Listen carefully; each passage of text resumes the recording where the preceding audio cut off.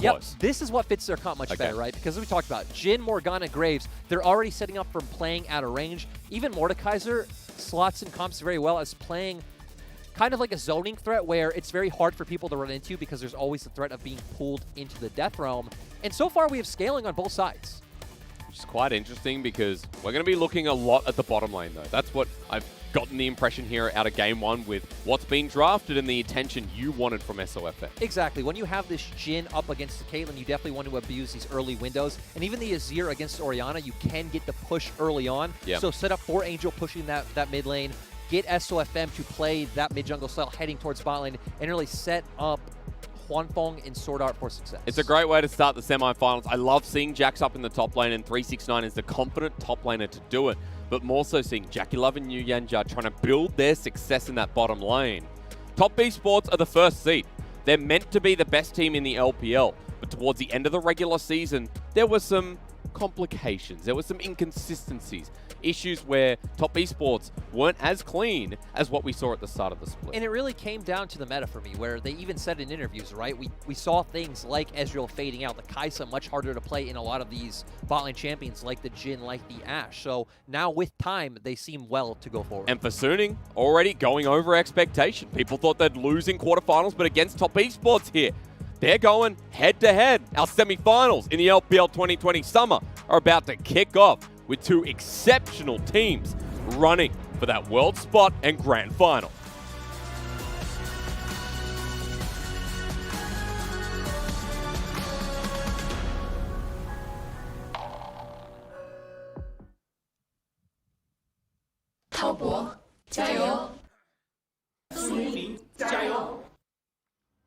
It's Top Esports and Suning, the start of our semifinals here in the LPL. It's the understudy, the teacher / mentor, JackeyLove versus huanfeng. This time, everything on the line. Top Esports only need one series to make Worlds, but for Suning, they had the chance to make their first ever grand final.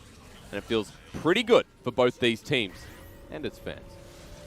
I like that we come in and see TES expecting for Suning to go for a level 1 cheese because, you know, in the first game of the best of 5 is really the time to do it.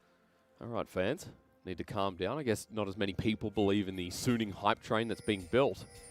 But Top Esports, you know, they're meant to be the favorite. Knight, JackeyLove, Karsa, how can you bet against people with so much experience? Very, very true. As SwordArt sends out the Dark Binding, connects onto JackeyLove. Bottom lane moving into lane very early, so it's going to be a leashless start. But of course, SofM is on the top side. And Lyric, as we move into this game, we have a look at runes kind of being standard across the board. I want to talk about that scaling element again. I want to look for expectations set in this game with when we see scaling on both sides, how we transition from mid to late, etc., etc.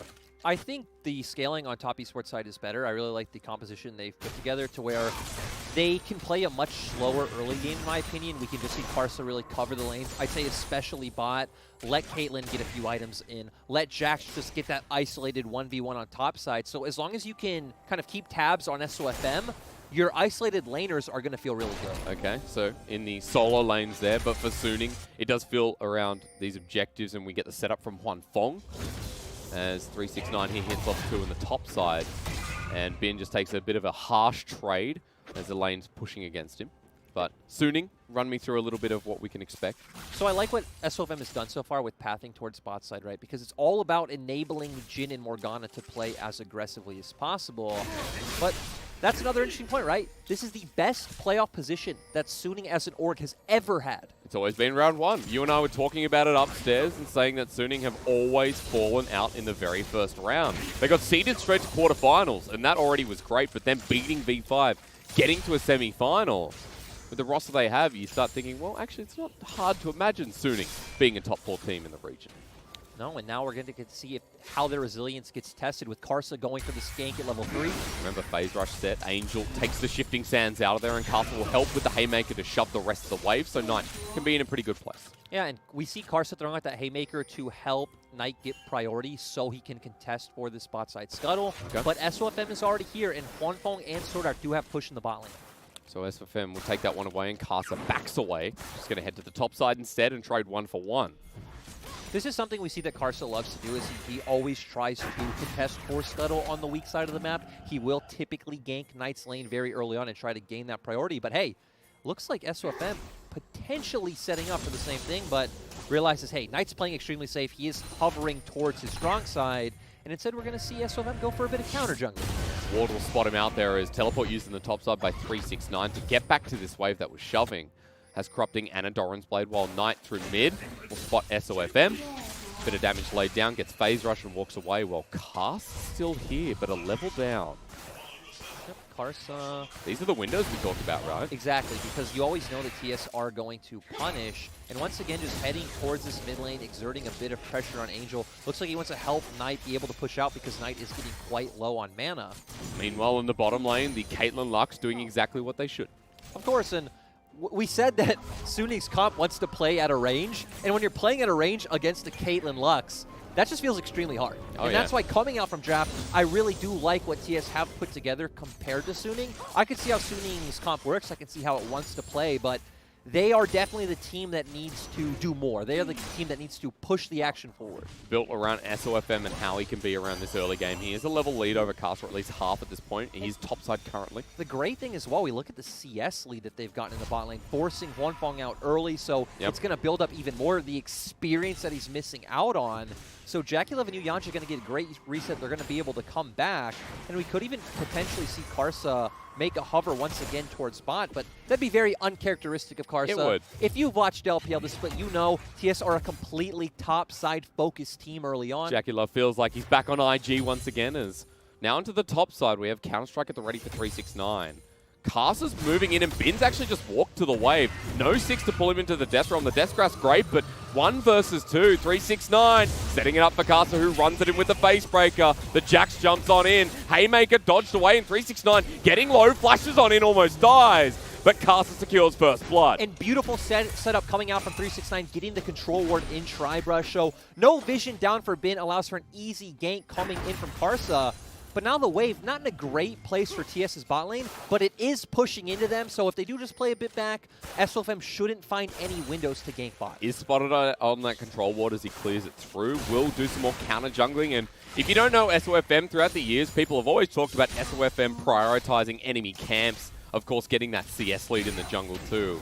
Very much about building his lead and exerting his pressure, as he now has level 6, walking up towards the top side for the next scuttle. Meanwhile, we just keep watching bot because SwordArt has no mana, and yuyanjia does quite a lot of damage at this point. Half health for SwordArt. The Lux wins out. Supportal combat has never looked so exciting. And now JackeyLove and yuyanjia are just free to keep taking these plates in the bot lane. This was exactly why we said we wanted to see SofM be able to find an early window, but yuyanjia and JackeyLove have just done such a good job at controlling vision around the bot side. They've gotten the wards they needed. We saw the one in front of red buff that SofM had already cleared, and now this control ward just in the lane brush. Just giving them so much control. yuyanjia pushed out SwordArt and he was forced to back, so even more so. Turret plating's going to fly down here as huanfeng sends out the fourth shot and has to run back. This goes exactly to the win condition that we set up for TS, right? You don't even necessarily need the gank that you had on top side. It's just about making sure that Suning aren't able to find these early windows. Yeah. I expect that Suning are going to look for maybe an early play on Herald, but at the same time, with TS now getting this early Drake, with TS's bot lane consistently pushing out, I can't see a window where huanfeng and SwordArt will be able to get a back, move first, and set up for Suning to fight for that objective, because we've seen 369 is winning in top, JackeyLove and yuyanjia are winning in bot, and Karsa's just able to peek his head in mid lane to guarantee that Knight's able to get that priority. First dragon of the game given over. 369 actually might have an edge on Bin here. Solo kill time at the ready. Death Realm not going to make a damn difference. As running in with the shield. 369 out of mana though. Maybe that does. Leap strike. Solo kill anyway. And 369 on the board in game 1. 369 was the best top laner for a majority of LPL summer. So once again, getting the counter pick in top lane was exactly what he needed to push this matchup forward, and this was one of the ways where Top Esports struggled in the regular split. When it was 369 on the losing matchup, Karsa having no lanes to play around, TS really struggled. Now Karsa's running the map while SofM's farming up trying to get a lead. 369 at half health, and SofM has just flashed in for the commitment. Waiting for the counter-strike, perfect time, but I don't think he has enough mana. Tries to dodge end of the line, but collateral damage, and SofM gets retribution. Yeah. Very decisive coming out from SofM. I understand what 369 was trying to do, though, because he had to push the wave into turret to get the bounce back, so it wouldn't be left in this awkward position where Bin can try to set up a freeze. And sure, it will eventually slow push back into 369, but of course it's going to be dangerous now if SofM wants to look for a repeat gank on top side. Spamming the laugh button as he backs as well, by the way. That's good class here out of the 74 CS Graves jungle with a kill. Just picked up warriors, has boots. So, it's a bit of a solo carry game. And one thing I want to highlight for SofM and Suning as a whole is look at their vision on top side. They're doing such a good job at getting these control wards to spot out a potential Herald play that would want to be coming out from Karsa. Good dodge from JackeyLove meanwhile in the bottom lane. Karsa is actually going across those control wards while this continues to be so punishing. Light Binding doesn't connect, the final spark does though. JackeyLove sends out Ace in the hole, and just like that, the bottom lane having more fun. And Cirx, I want to remind you that TS banned Ashe on blue side. You knew they were going to pick this Caitlyn, and you opted into this. Absolutely smashing. Well, Bin might be caught out without Death Realm. Counter-Strike once again. You get that empowered auto, and Bin, get ready to die once more to a Jax who's 2-1-1. Rift Herald, if it wasn't given up before, it damn well is now. TS are just doing such a great job at controlling the map, and I credit it so much to Draft and so much to how their lanes have played around this security in their vision. They got first Dragon, they're getting first Herald, they're getting bot lane. Ridiculous. They're taking everything. This is the top esports that started the season off. Coming off of MSE. This was the one where we kept saying, okay guys, the script is out. We know who's winning LPL this split. Yeah. Just so dominant in the first 10 minutes of the game. And I love that for Suning, even though they're falling behind, it's SofM is trying to build up this lead for his team. It's SofM who's still trying to deny Karsa as much as possible with the depth. This also highlights some of the flaws with Suning, that their mid-jungle doesn't actually have very great synergy, so we don't actually ever see SofM and Angel really link up and play together all that often. Here's the play that we saw in the bot side where yuyanjia was able to hit the binding, get a nice ultimate off. Ooh, the headshot comes in, forcing the heal. And this has been the thing with JackeyLove and yuyanjia, is they love to play this aggressively, and we've seen it can be punished, right? V5 were the first team to punish them. They hard camp bot lane, they continuously dove JackeyLove and yuyanjia, and then JackeyLove wasn't a factor in those games. But when JackeyLove and yuyanjia are left to their own devices, when they do have the vision around bot side, when they get to play this straight up 2v2, this is why JackeyLove's CS differential 15 is so high. And now that they've got the BF Sword pickaxe, even if SofM comes in, it's going to require quite a lot here with the way they've been playing. Meanwhile, the person we haven't really talked about, surprisingly, is Knight, who's just farming away. Because there's all this mid lane pressure now built up with Karsa down here. yuyanjia misses the light binding, but SwordArt still walking forward with SofM now joining. It's a level 9 Graves, so still quite a lot of damage here. End of the line maxed. That's just both teams fighting for river vision when Dragon is going to come up in about a minute, so there are going to be time if resets need to come out, get some more wards, get back into that river. We actually see yuyanjia does still have all three, so he's going to feel fine for TS to maybe come back down bot, push out this next wave, and then take control of river once again. 40 seconds till that Dragon spawns. yuyanjia now moving back down, and you can see huanfeng trying to do the same. yuyanjia just sitting on the edge here. Light Binding connects, but instant Black Shield. I think we saw that in the V5 series as well. Yes. I mean, I remember this combo so well because I think LNG was the team who played it beautifully. Yeah. And they've even paired with McCarthus with it where you have so much long-range kill threat, it's absolutely disgusting. It's quite amazing when it all goes well, but we're still a while from seeing that as Karsa's now in the bottom lane, setting up for this first turret. huanfeng gets layered down. Once again, long-range damage also there for top esports bottom lane, and first turret will be denied for now, while here comes the cavalry. Karsa dodges away, wants to go on SofM. He can receive the Black Shield, though, and Curtain Call onto JackeyLove while he takes down a ward. Won't get him killed. The fourth shot into yuyanjia means not too much, unless Suning want to start the Dragon. Exactly, and Angel actually lost out on some minions in the mid lane because we saw Knight stay mid and push that out while Angel was hovering. Karsa's going to go in anyway. That's fine, right? Because if you look at the minimap, Angel's not here. Right now, TS do have man advantage still. Karsa getting chunked out, has to go for that recall. Luckily for him, he has Rift Herald. Yes.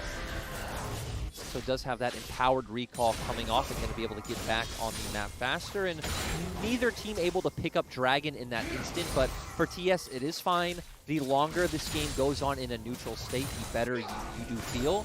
And now it looks like Suning are trying to get vision control. They know that Karsa's not on bot side anymore. And I would expect SwordArt just comes straight down bot and Suning potentially just pick up this dragon. Okay. Well, SwordArt's making his way down there. His first turret blood does go down in favor of top esports, but being started here with the level 10 Graves, and everyone will notice I'm pointing out the levels constantly because the strength of SofM here in this game 1, still with that experience lead, still with the extra damage he's going to provide. Exactly, because he's just been hard farming all game to where we saw Karsa continuously going for ganks, continuously hovering for his laners, and now giving over the Rift Herald, the 369. And this has been the story of Karsa this year for people who haven't gotten a chance to watch a lot of LPL, is that Karsa is a very low econ, very lane-focused jungler. Yeah. When you do have 3 superstars, a 369 Knight and JackeyLove, it's all about enabling them. Was it you who said it feels like he's kind of on RNG again? It and does. He has to play It really does. Yeah. As now going to go tussle with SofM. He flashes away. But of course 369 and Knight were nearby, so can't even get into his own topside jungle. Ooh, look at the Jax TP. All right, behind enemy lines. huanfeng is in a lot of trouble. In fact, it's a double TP down the bottom line. The Emperor shuffle here from Angel, though, catching out the other members. yuyanjia might have to sacrifice his life, but SofM gets slow with the 90 caliber now connecting. But look at Karsa in the back line. Dunks SwordArt while 369 joins the play. Ace in the hole. And good night to SwordArt. Top esports are not done, though. Deathrealm pulls in 369, but I'm not sure. Bin may regret this one as he gets over the wall. But into Karsa, the facebreaker will be at the ready. So he flashes away. Top esports a net win in such a bloody fight. These are exactly the small windows that we talked about. TS rotate towards the top half of the map because they had pressure top from using the Herald. They're all coming mid. The TP ward is set up for Jax. Leap strike, counter strike, everybody get down. It's another solo kill in the making. 369's on fire. 369 having one of the best performances we've seen all split. Very reminiscent to those first few weeks. 3-1-2 on this Jax. 0-4-0 Mordekaiser. I don't know how Bin's going to play this game. He's probably not, as SwordArt has the same problem going against yuyanjia. But half health, he's going to walk away while SofM wants to get down and gritty with 369. Can he 1v2? I'd say no. Okay. Keep that He doesn't have ult. He doesn't have flash. Angel has his ult available, though. Counter-Strike at the ready. Maybe he doesn't need to 1v2 if SofM just abandons Angel. End of the line at the ready, and 369 does so much damage. Oh, Angel feels bad. Remember how we said SofM and Angel don't have any synergy? Good point. There it is right there on our screens.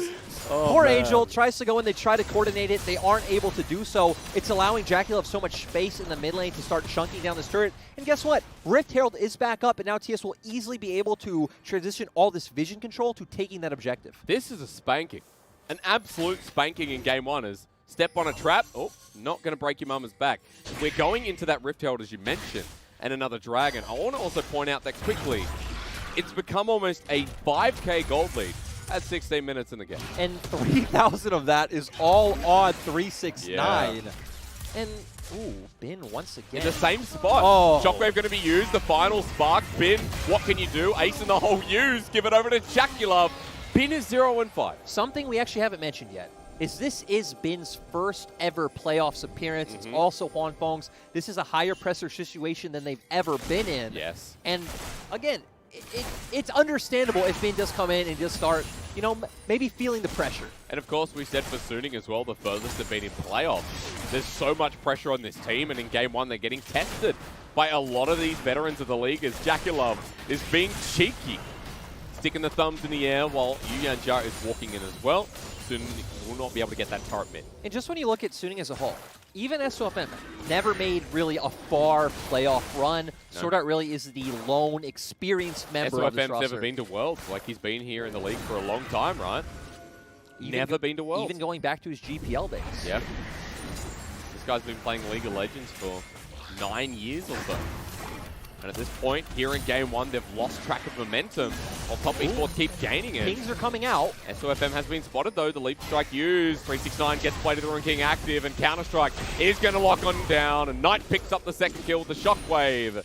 And the most fed member dropping is a sign of things to come. That was just them punishing Suning, trying to find an engage window onto them. They know their comp doesn't outscale what TS have picked up, and they need to find something. But yuyanjia has been playing this luck so beautifully. So aggressively as well. Goes to the light binding, stops the back out of SwordArt while... He ults off cooldown. Yep. It's been quite nice to see, and he has been the struggling member for TS. It feels like this split, though, he's really found his form. He's you know, not the best support in the league, but he's moving into that top tier list. Yeah. Unfortunate for SofM. Gets spotted when Knight is walking forward. As I mentioned, we saw pings coming out from Suning, so they were trying to set up some kind of engage, but at this point, it really feels like you're going to rely on TS to make some kind of mistake of someone overstepping and you being able to find that pick, them giving you that pick rather than you being able to force it yourselves. I wonder how they do that, though, because at this point, with top Esports lead, it feels near impossible to give it away. 2 items on the Caitlyn, 2 items on this Jack's top. 369 has a Trinity Force and a Blade of the Ruined King with Mercury Shreds, so... This Jax needs the attention of the whole team, as you can see soon. I was going to say, they realize, hey, this is our only window. We need to punish where TS only have 1 man, but they still have tower top. 369 is going to be fine. At least Suning will be able to steal away this red buff and take away some camps. So even further that EXP lead that SofM does have. Speaking of which, though, the do-si-do around the Mountainous Rift, Infernal Rift, But look at the bottom lane. JackeyLove once again just getting... They're playing this macro game so beautifully where we haven't even really seen JackeyLove have to interact with the enemy team outside of his ultimate. And we haven't seen this kind of play as that headshot comes through. Ace in the hole will be absorbed by SwordArt, but 3 autos is all it took with that crit chance. And again, to reiterate my point, we haven't seen this version of top esports in quite a while. It's nice to see in their playoff format as they debut in the semi-finals. The turret goes down. Now a bigger gold lead spans. Top Esports up by 7,000, then some at 20 minutes with an Infernal Rift on And it looks like right now they're rotating for a collapse on mid. We see 369 coming down from topside. SofM has found himself Karsa, but Karsa's pretty tanky here, gets the half health while the light binding sets up the final spark. JackeyLove walking forward into 4 members without care, and Knight does the same. Suiting defend, hold on, but not much committed. At the same time, there is no objective up right now anyway, so even if a fight breaks out, that was a bit dicey, but TS right now, they love doing plays like this where they continue the aggression. They had push in both sides. They try to collapse. And they're backing, which means this is actually a window that Suning have decided to pull on. We said it had to come down to some kind of cheeky cheese play coming out from Suning. This is as cheeky as you can get. Now, this could go horribly wrong or it could go absolutely fantastic, but there are low health bars, and Knight has Shockwave. Baron's not taken, Shockwave in the pit, doesn't do too much as Bin is the one who takes him out. At 2k, 369 in the backside though, might find something as Baron is getting low. It is smited down by SofM, but I think Suning are just about to get obliterated. Bin on the backside meets his maker once again, and the only person to survive is going to be huanfeng. Ultimately, not worth for Suning, but they didn't really have any other options. They tried to force the Baron play. Actually, great Death Realm coming out from Bin. It took the Shockwave in as well, so that's why we didn't see Knight able to find that massive impact. But TS are just so far ahead at this point. You mentioned how beautifully Bin played that fight. You killed 4 members. You're extending this gold lead. Now you're able to take more structures on the back end. 369 was waiting there for the escape path of Suning. And with 4 people dead, once again, JackeyLove goes and gets mid-turret. Now, huanfeng has the Baron to try and delay this game, but top Esports are not stopping in their relentless pursuit. It also feels like a good time to point out, you know, if we do have more international viewers, they will see this Caitlyn build thing. Hey, doesn't Caitlyn typically go Stormrazor second? Because that's what we do see over in EU. Yep. I'll pause with that logic as we see this pulled right into the Death Realm, so the Orianna ultimate not able to hit anyone. Sadly, yuyanjia missing a bunch of those key abilities. But every member of Suning is still taking the Baron damage. You highlighted 369 perfectly cutting them off as well as Karsa. 369 flashes in, gets the E onto SofM. They take him down as well. And like you said, huanfeng, sadly the only one able to get away. In the end, I just like that little play of SofM flashing back in the pit to make sure he gets the Baron. Because if top Esports stole it there, base broken, game probably ending sooner than later. But as I was saying before, we don't typically actually see the double BF sword item build come out on Caitlyn in the LPL. Not quite sure why. It seems like old habits are just ingrained. I feel like in this game it's actually fine to where we see JackeyLove isn't really interacting with the enemy team so much, so having the attack speed to take down turrets is quite beneficial. Also, he's so elevated at this point as Suning are trying to cut this one off. Knight yuyanjia in a difficult position as JackeyLove there too. Versus 3, the damage coming down, but that curtain call did absolutely nothing to a Lux support. Light binding down, JackeyLove forward, into 3, flashes away, ends up getting SwordArt in the end. Ace in the hole healed as huanfeng takes it. Now SofM has to run. this game has felt over for a while. But for top Esports, every single time, they're making it look like so much fun. Has been in the Death Realm, may even regret this decision as well. Trying to take down Karsa. He's golden, and now he's dead. And yuyanjia might not look tanky, but still, you're a Lux that's matching your shield. You have Revitalize to even amplify that. You have Guardian coming out. So with how far ahead TES are, we saw how little damage huanfeng's ultimate did to yuyanjia. And now after that, top Esports just going to head mid. Suning trying to defend their best. huanfeng's Baron buff again, running out in about 10 seconds. Has done a good job of slowing down that tempo, but top Esports have another appointment. It's with the Infernal Dragon. JackeyLove gets laid down. Angel sends him backwards. They may have found the 80 carry, but pretty much takes Angel with him. A 1-for-1. That was still great coming out from SwordArt, finding that crucial binding, because a 1-for-1 when you're a team that's 10,000 gold down is a massive win. It's still going to translate into TS being able to pick up this third dragon. So right after this, they are going to be on soul point. But are we going to get there? Ooh. Good question. SofM Shockwave back in, and remember, Knight has a Spellbinder versus 3 dodges away from the Deadly Flourish and still wants this blue buff. Ooh, but TS are rotating. And they're coming in pretty fast. 369 with the Leap Strike, and SwordArt out thanks to the Scuttle Crab.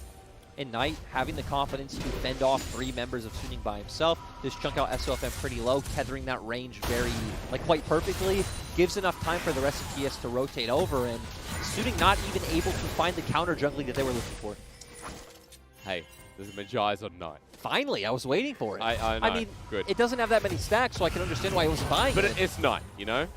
And I think I was asking Clement about it. I said, I asked for a stat, and I'm not going to give it to you because I can't remember, but the point of this conversation is, okay, a lot of the times, like the majority of games, he buys Magi, and the amount of times he's gotten into full stacks is more often than not, I believe. As over the wall, are you ready? SofM doesn't get locked down. The final spark, though, does connect as Karsa's running in. Face breaker. Bit of extra damage, and the Dead Man's Plate gets the slow. Ulti back. Knight picks up the kill. There's another couple of stacks. Look, I'll give it to him. The sidestepping was clean. Yep.